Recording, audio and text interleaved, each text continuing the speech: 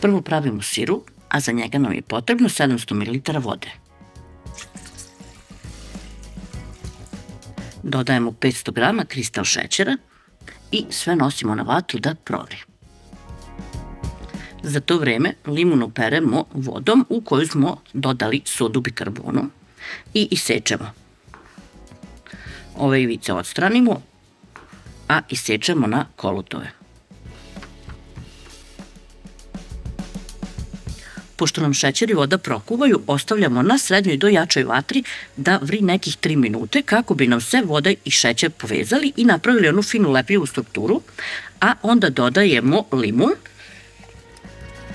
Limun ne treba da se kuva, gasimo odmah vatru i skidamo sa vatre kako bi nam se hladilo. Sledeće što radimo je da pripremimo sastojke za nadev, a za njega nam je potrebno 300 g mlevenih oraha, 200 g bilo kojeg mlevenog keksa, 4 do 5 kašika kristal šećera, 100 g mlečne čokolade koju ćete izblendirati ili izrendati, 150 ml ulja, 6 kašika ili 80 g griza i oko 150 ml mleka. Spisak svih sastojaka uvek možete pronaći ispod videa. Uzmemo jednu veću činiju i u njoj mešamo sastojke.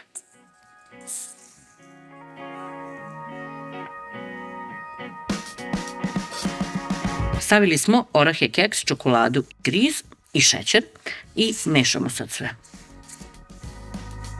Sipat ćemo ulje i pola mere ovog mleka. Ukoliko je keks sulji, treba će vam više mleka, vlažniji manje. Sipala sam svih 150 ml mleka i kao što možete da vidite, masa je nešto suvlja, tako da ću verovatno dodati još nekih 50 ml, da znate kada budete vi pravili. To je bilo otprilike neki 50 ml, znači ukupno 200. Ovo je gustina koja treba da se dobije. Procenite je ovako. Ako se ona fino oblikuje, spremna je za rad. Nadev smo podelili na 6 delova, iskoristila sam ove činjice koje sam već uprljala i potrebno nam je još 12 tankih kora. Stavljamo prvu koru, ovde smo pomešali malo ulja i malo vode. I sad tu koru malo premažemo. Na koru stavimo drugu.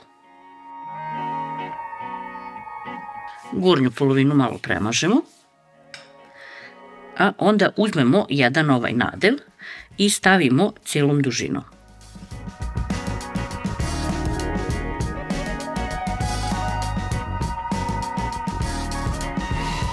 Oblikujemo ovako nadev i uvijemo sve zajedno.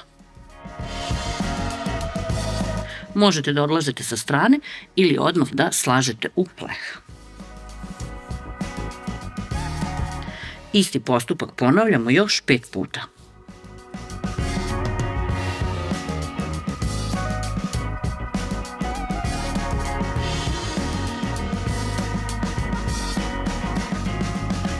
Pleh podmažemo uljem i ove rolnice poslažemo. Ukoliko niste slagali odmah, nego ste uradili ovako kao ja.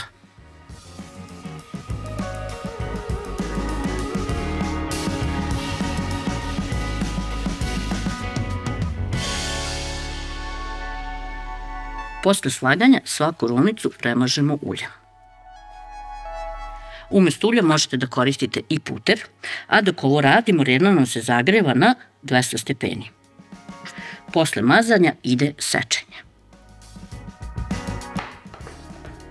Baklava se ispekla, vreme pečenja je 30 minuta, odmah je zalivamo sirupom.